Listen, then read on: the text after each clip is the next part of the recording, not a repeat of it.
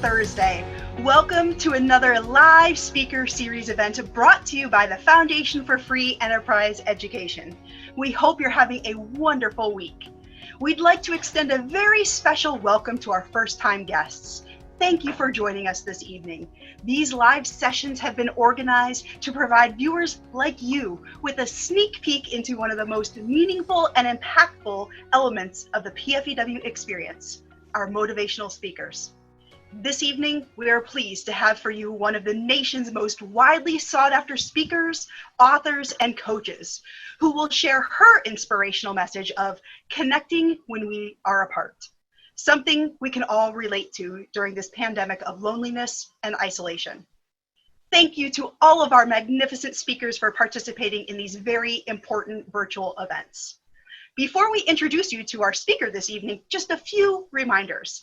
As you listen to tonight's message, if you have questions or comments, feel free to share them with us in the Q&A box. We will be monitoring your questions and we'll get to as many of them as possible at the conclusion. Please note, all questions and comments can be sent anonymously, so don't be afraid to share your thoughts. Since this event is being held as a webinar, we know that one-on-one conversations between our speaker and the audience can be challenging. Therefore, at the end of this event, we're excited to offer an open virtual meet and greet session. We invite all of you to join us so you may ask questions and speak directly with our presenter. A separate meeting link is available in the chat section now. Please note that this session will not be recorded, so the conversations during that session will not be shared. We can't wait to see you there. Tonight's presenter will be asking you a few questions during her remarks. Through our interactive polling feature, you will see the question appear on your screen. Simply select a response and hit submit. Your selections will remain anonymous, but the percentage response for each question will be shared with the group. Thank you for joining us this evening. We have enjoyed bringing these live events into your home every Thursday evening and look forward to continuing doing so throughout the summer.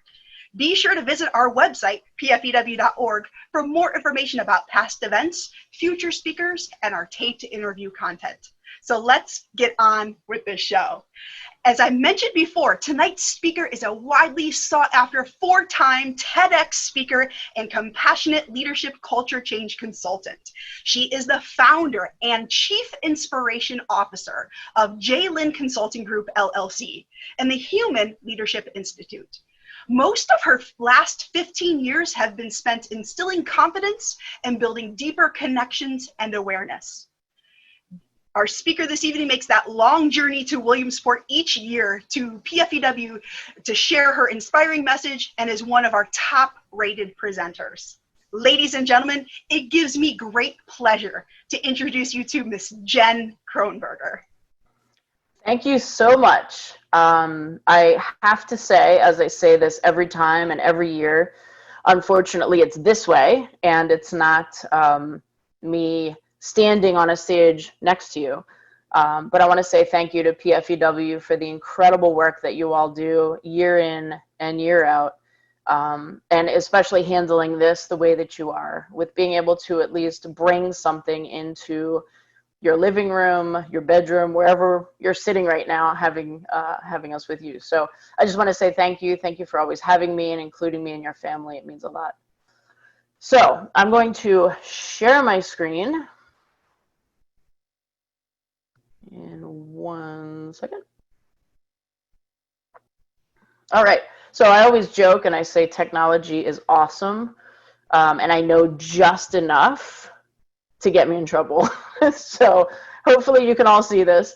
I'm going to walk you through this. I'm going to talk through this a little bit. I want you to be able to sit where you're comfortable and where you can actually take some time to yourself right now, or whomever you're with, and to really try to be focused and not distracted as much as you can. And there's a reason for that. In a lot of the studying and research that I've been doing, especially lately, especially when we have to be at home and we're learning from home or we're working from home, it's a totally different environment. And so it makes it difficult sometimes to actually really focus in where you're used to be focusing in, and you're doing it differently. So I ask for you to be with me tonight. I'm with you, and I'm so excited to actually meet you after this so that we can actually talk to each other. So what I'm going to talk about tonight is connecting while we're apart. And so all of us have been going through this, and obviously the one thing that really brings us all together is this idea of being apart, which seems so contradictory, right? And I look at this from a standpoint of, it's not just us in Pennsylvania, it's not just us in this country. This is a global situation, and we're not alone. The hard part of that is we have to be alone in order to get through this. And so what we're going to talk about tonight is just a little bit of understanding around what that looks like and how we can actually connect, even when we're living in this kind of disconnected space. We stand right now, and I'm sure you would agree with this comment, we are the most technologically connected society ever. Yet we stand in the midst of being the most disconnected at the same time. And that's not hard to see. I think we all can kind of take a step back and really take a look at where we are, and the fact that, there's so much of life that goes on these, right? And it's sitting and, doing a lot of this and thinking that you're listening to someone or you're talking to someone, but you're connected constantly to technology. And that's where we are today. That's not a bad thing. And it's caused a lot of disconnect when you're talking about human face-to-face interaction. And so hopefully when we walk through this tonight, you're going to see some of the effects of that we're seeing and what we can do about it. And I believe strongly in looking at this from a standpoint of, how do we do it better instead of here's all the problems. So we're going to do both. So as we go through this, I'd like you, like I said, I want you to be in a comfortable place where you can really think about some of this stuff and really start to tap in a little bit to you and where you are right now and what you're going through in your own story. All right, here we go. So these are three of the pieces that we're going to talk about. The importance of connection and what it means to actually feel connection, because I think we all know what it means, but I want to get into that a little bit because there's some nuances there. The epidemic of loneliness, that's a big one. I didn't have any idea how prevalent that is in our society and in our culture until I actually sat down to study it. And my last TED Talk that I did last November, I guess it was, just this past November, was all about understanding loneliness and understanding belonging and understanding connection and how we actually can help that epidemic that we're facing. And the need for belonging and how we create these cultures. I believe a lot of what we're seeing and the things that we're feeling in this disconnect, we can actually affect change. And it's just in making some of these choices and doing things a little differently. Okay, so let's talk about what is connection. What does that mean? We are hardwired for connection. And I say that meaning this is something in the human experience, this is something that we are born with. We are automatically connected, right? Think about the process of birth. You are literally connected to your mother. So that's just how that goes. But think about just the physical. Now we move into the mental and the emotional space of what it means to be connected. And as we're making our way in the world from being a small child, we're constantly making these small little connections everywhere we go, whether it's a hello to a stranger on the street, or it's someone in the hallway that you're walking past on your way to your next class. There's constant, all of those are connections, whether you know them well or not, you're making a connection. And we're drawn to that. We're drawn to what that feels like. I used to make it a point that when I would go somewhere, I still do this, but obviously I'm not going places right now. But when I would go somewhere, I would deliberately look in someone's eyes, open the door for them wherever I was, look into their eyes and literally say, "Hi, how are you?" And wait for an answer. Because think about it, we don't really wait, do we? We say, "Hey, how you doing?" And you keep walking. And it's like, did you want an answer? Or are you just asking me for so? When we actually wait for the answer, people are really surprised. And we shouldn't be, because we're asking a question. And when we literally want to say, "How are you?" and I actually am interested in hearing the answer, even if I don't know you, that's human connection. There's a reason I do that. Because I think that for many people, that could be the only time that they are connected with or even looked in the eye all day. And that's the truth. So research shows us that that connection of eye to eye, face to face, actually seeing someone is absolutely critical to our feeling of belonging and connection and wholeness as a human being. So, and it leads to all kinds of wonderful things. So you see longer life, happier, stronger immune system, lower stress, better self-care. All of these things come out of our ability to connect with somebody else. So think about where you are right now and what you've been going through, whether you've had the roller coaster of emotions. I'm sure many of us on here can say we have. I know I have. In the very beginning, it was kind of a, oh good, a little break. I'm going to tell you my honest, this was my roller coaster. All right, a little break. I could take a week to just kind of bring it down a minute because I was really busy. And then another week. Okay, all right, I can handle this, not a big deal. And then another week. And as we started to move from, March into April, I feel like they were the two longest months of my life. And I'm sure a lot of you can relate. And then it was the next, and it was the next. And all of this started to go on. Here's the interesting part when you look back now. You realize that obviously time was no different. Time doesn't change because we're going through something. It's the same 24 hours every day. But what happened was we were disconnected a lot more. And having those social interactions every single day is part of it's part of what we know. It's part of how we live. So think about when we're removed from that and we're actually living every moment kind of away from all of that. It changes everything. And in the beginning, maybe that was a great thing. But as we go on, we're prone to actually fall into this feeling of loneliness. So here's connection. And I just kind of wrote this out to give you some ideas of really when you're feeling it. It's the experience of being linked together with someone else.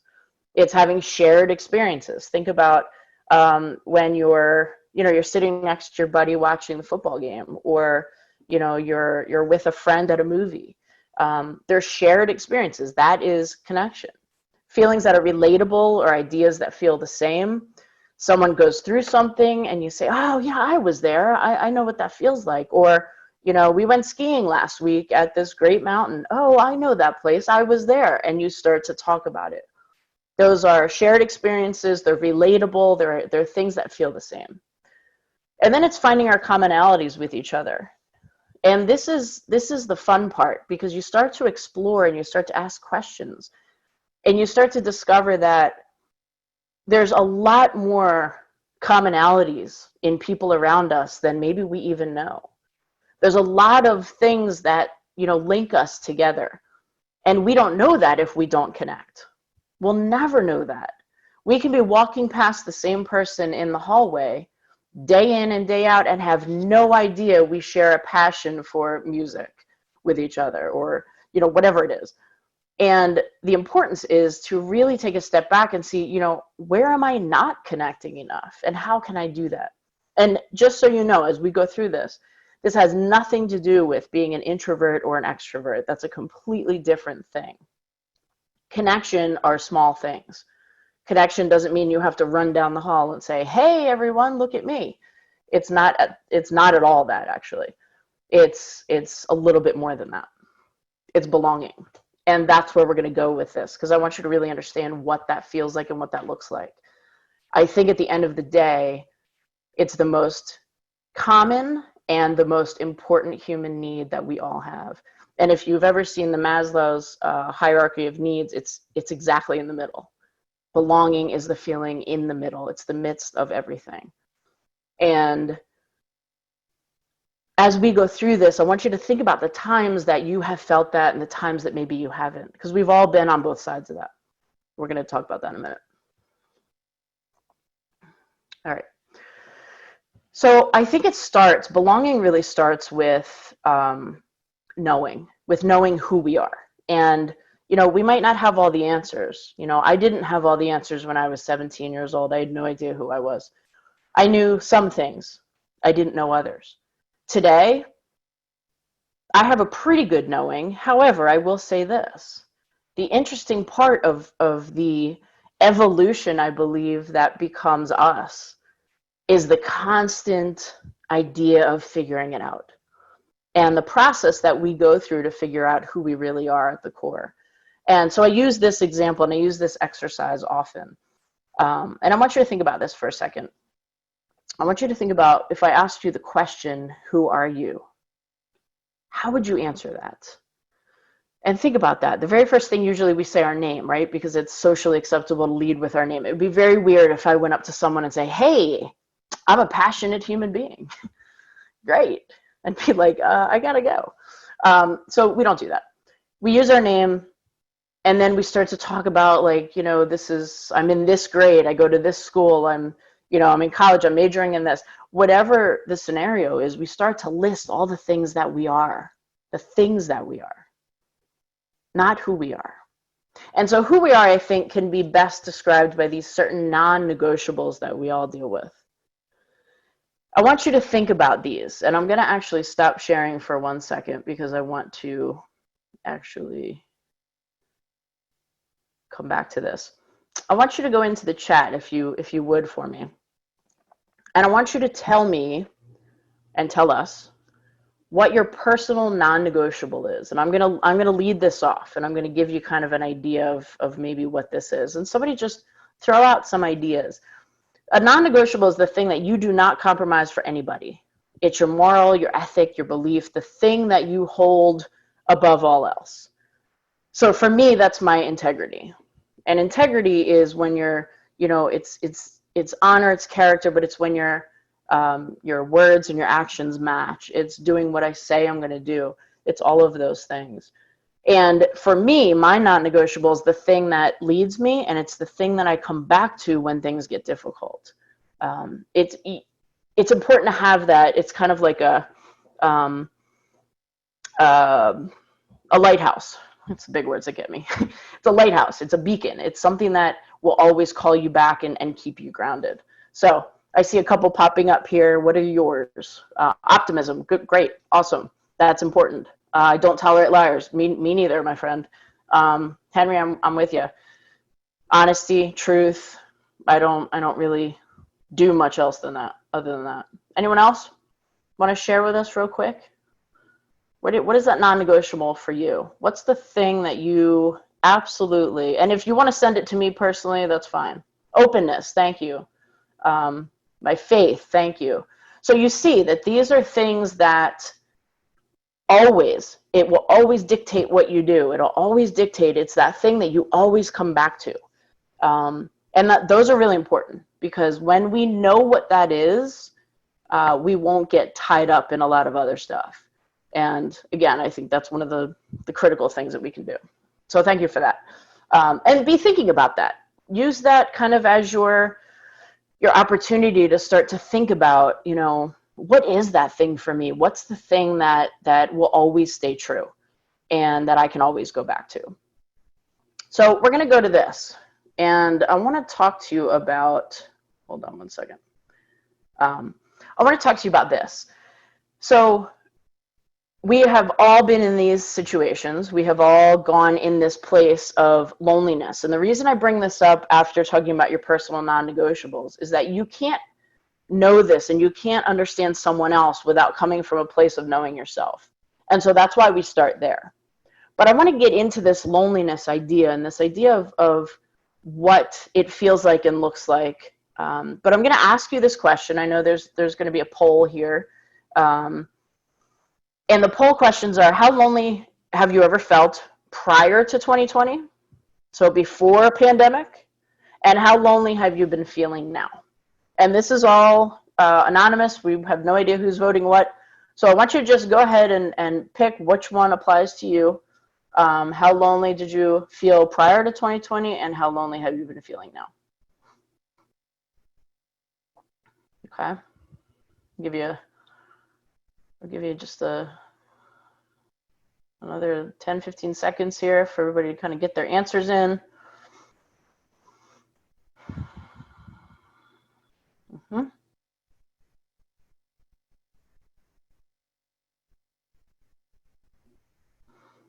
Awesome. Okay. Anyone else? One last chance. All right.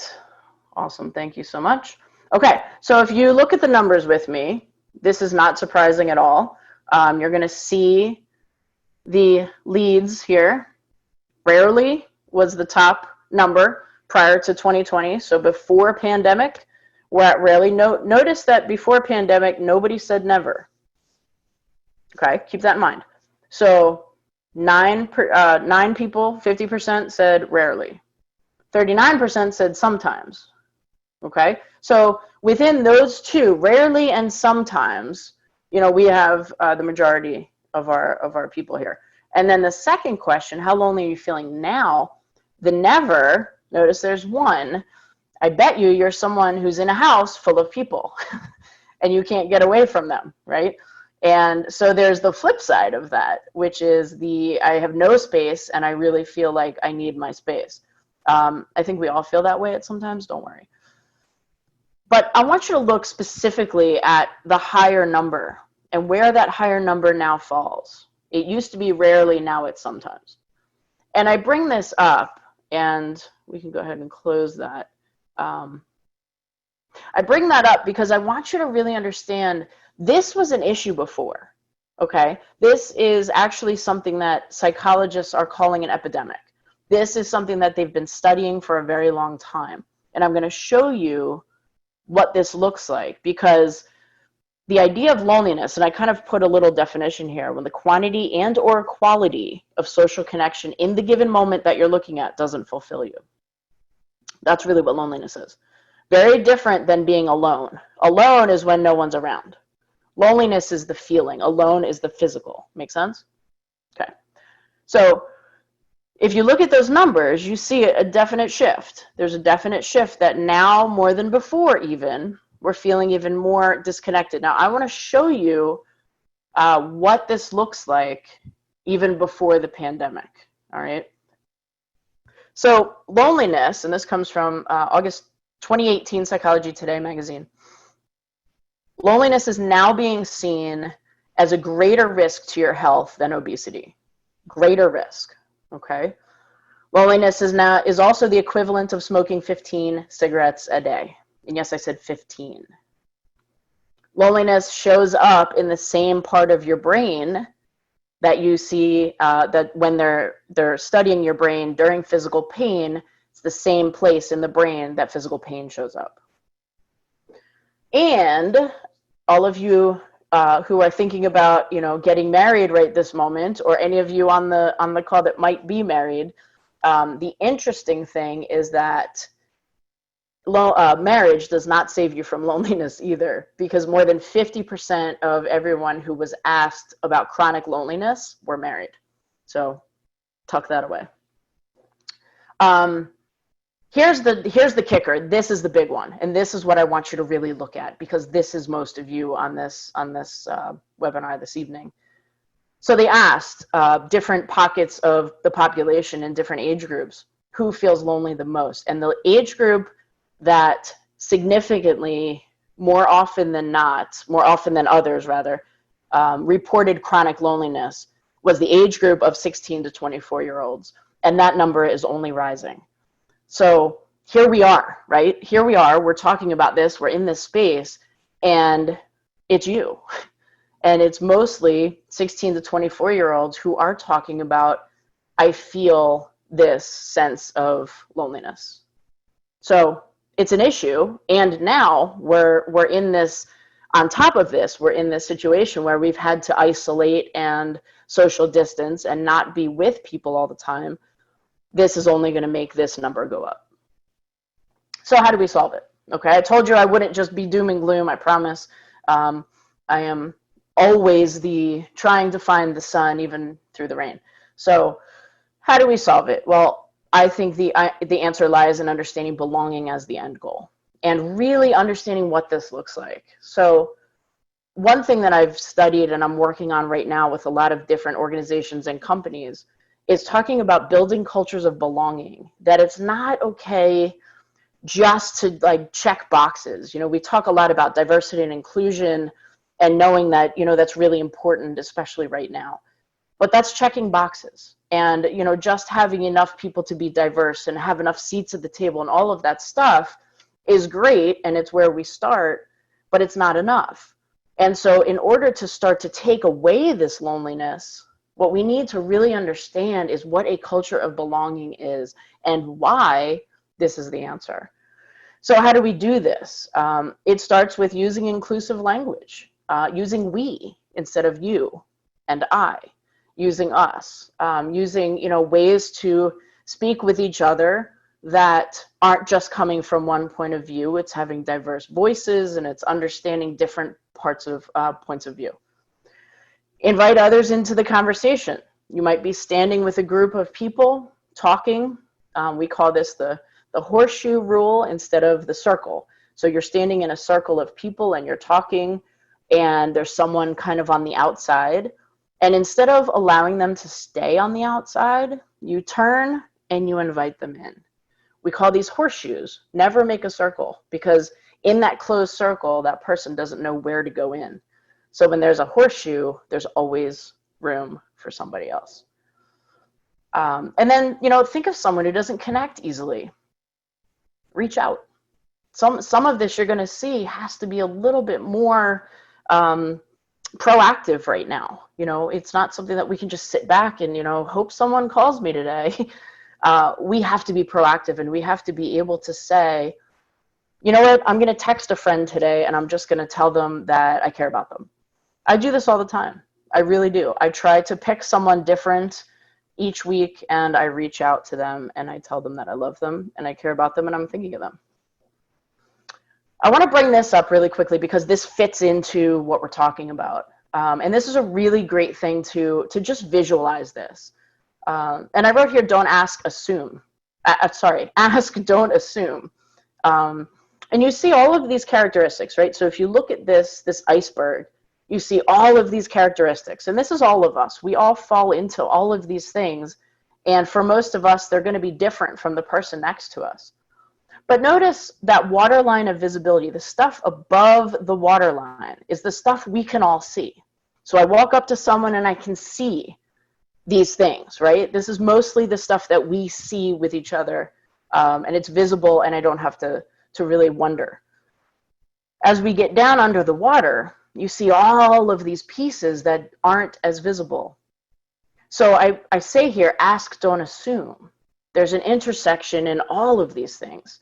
And I think, you know, as we're aware of these things, our feelings about ourselves and others, I think this is going to help foster belonging. And you're going to see that in a minute. Again, here are these, I talk about intersection and I want people to understand what I'm saying. So the intersections of all of these, your gender identity, your race, your disability, national, whatever it is, sexual orientation, all of these things, you're going to see that they're always going to overlap. I'm not just one thing. So as we overlap, we get to kind of see, these are all of my intersections of who I am, and that makes up who I am. So there's a reason we're talking about this. In order to be able to create these cultures of belonging, we have to actually understand what belonging is. And that's why when we talk about this, you're going to see how this fits in. And like I said, today we might need to be a little bit more proactive. Recognize that right now you might have to be the one reaching out. I love this thought because I know that I've done this. I am guilty of this. And if you are like me, you might be a little stubborn sometimes. You might be guilty of this too, but it's the, whose turn is it? Meaning like, well, I reached out to her last time and she didn't, she doesn't call me, or she didn't text me back. There might be a reason. She might be busy going through something, whatever. We try to make sure that we're letting go of that mentality, especially right now. Give people the benefit of the doubt and try to connect anyway. Okay, so why is this important? Every human being needs two things in life. We need to be seen and we want to be listened to, because that validates our very existence. This is heightened when we're in stress mode. We are in stress right now. And so the things that we want don't change, but this becomes even more so. So we want to be seen, we want to be listened to, we want the validation of our existence. And in order to do so, we have to know all of that other stuff. All right, here's some connection ideas. Video chat, have a game night with friends. We do this all the time. Actually, for a while there, we were doing it almost once a week. We'd have different friends that we would Zoom with, and we would do a game night. Try playing Pictionary over Zoom. It's hysterical. We've done that. Virtual yoga, meditation, great way to stay connected. I've been doing that with different communities online, obviously distanced, and it's a great stress reducer. So that's been very helpful. Find a trail, neighborhood, go for a walk, go for a run. You can even do it with a friend who you can distance with. We've done that as well. Found some incredible trails right here in my own, within 5 miles of me that I didn't even know existed. Took the dogs, went on a nice hike. That was perfect. Read. I found a lot that I can get lost in a book, just like I did when I was young.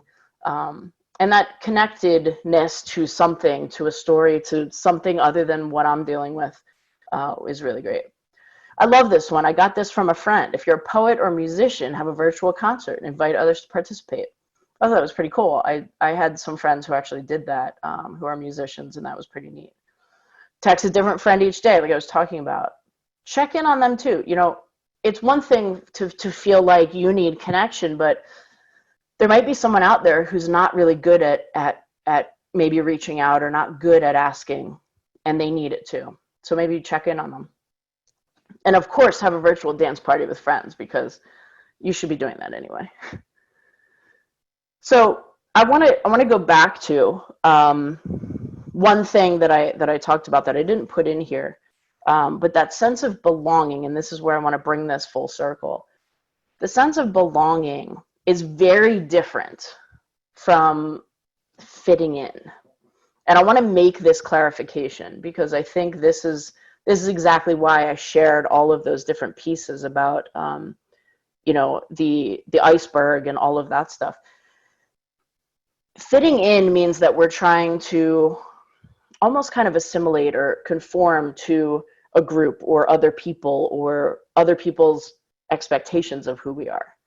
And so we try to shove ourselves into this thing. We leave some of ourselves, we hide pieces of ourselves, we leave them aside.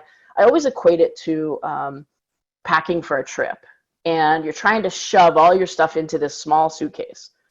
And you're shoving it, like it's getting all mangled in there.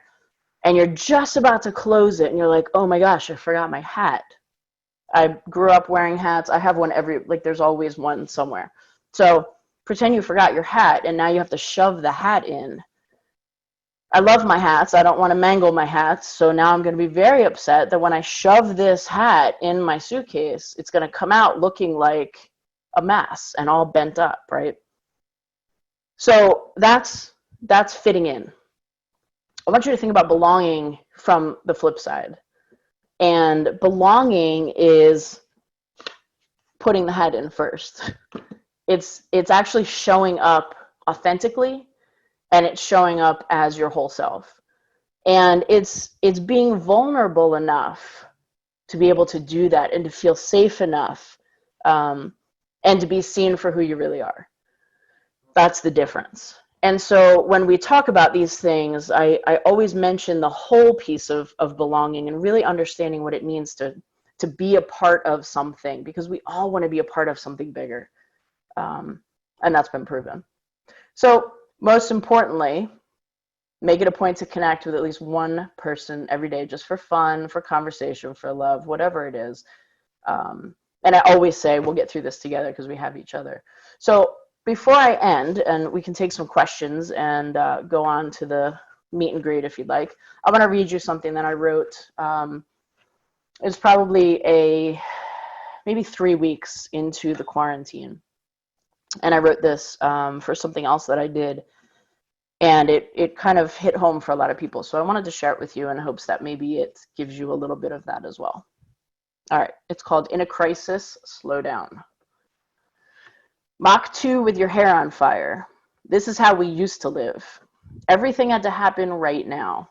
Our microwaves were too slow, red lights too long, and any line to wait in was a nuisance. We were in a hurry daily. We had things to do, places to be, kids to shuffle from softball to dance to religion to soccer. Fast food was often dinner. Patience was often thin, and we were often tired. And in what feels like a moment's time, the world came screeching to a halt. We were asked to stop everything, to stay in our homes, to not go to work or school. Sports seasons were canceled. Graduations, proms, formals, parties, all wiped off the calendar. We were asked to wash hands, wear masks, stay apart. And in one moment, we didn't have a choice but to slow down. The race we have been in our entire lives was just put on hold.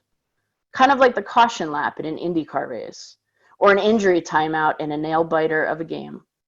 It's like we were running our first marathon, feeling good, good pace, good level of gas in the tank. We knew we would finish in record time, and then there it was, the hamstring pull of the century. And our run turns into screech and a halt. Tears, pain, heartache, not unlike what some of our loved ones are facing now. Not unlike moments we've locked ourselves away behind a closed door to let it all out. We're hurting, and this is what grief looks like.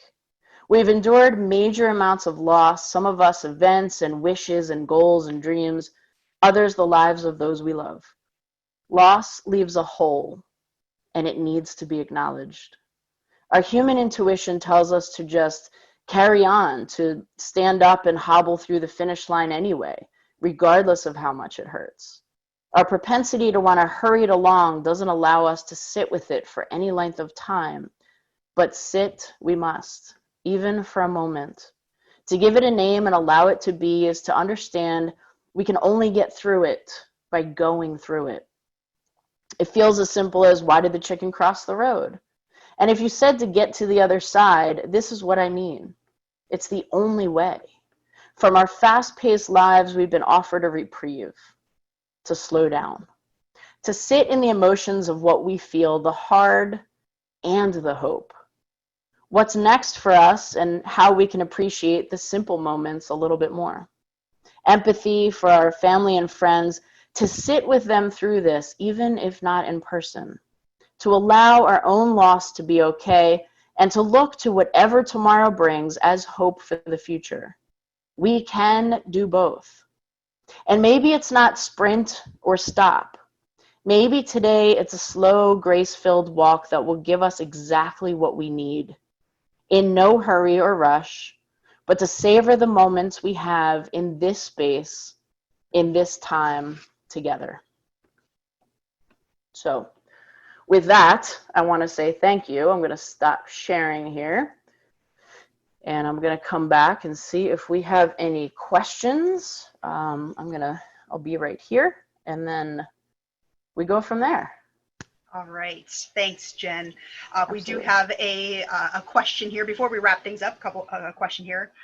And isn't part of the reason that so many people feel lonely because they try so hard to belong instead of being themselves, and therefore they feel no one really likes or cares about who they really are? So this goes to what I was just talking about at the end. What was that question before that? Yes. Yes. Yeah. So you hit the nail on the head. And really that's what I try to make the differentiation between belonging and fitting in. Belonging is that feeling that we can show up as ourselves and we are part of the greater picture.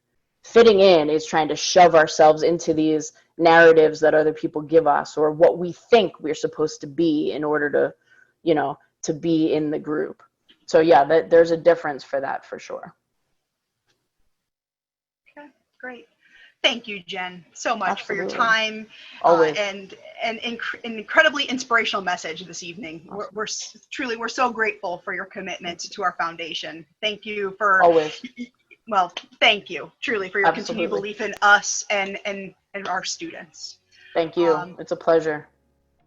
Likewise. And if any of our viewers here would like to connect with Jen, her direct contact information is listed on our website and will Awesome. follow at the conclusion. And I know she would love to hear from you, so don't hesitate to reach out to her. Please do. Please do. And also, don't forget our live virtual meet and greet session with Jen will begin in 5 minutes. So we invite all of you to join us there. You can find the link to this session in our chat section now.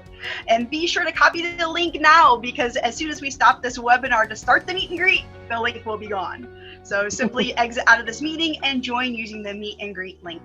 Tonight's event was recorded and will be made available to everyone in a few short days on our PFEW website and our YouTube page. Finally, thank you to all of our wonderful donors who have made all of our virtual programming possible, including this live speaker series, our pre-taped interviews, and also our free offering of the stock market game. We couldn't do it without our loyal donors or without each and every one of you. We appreciate you all joining us this evening, and we look forward to gathering next Thursday at 8 p.m. when we will hear from Mr. Todd Cohen. Have a great night, a safe week, and we can't wait to join you next Thursday.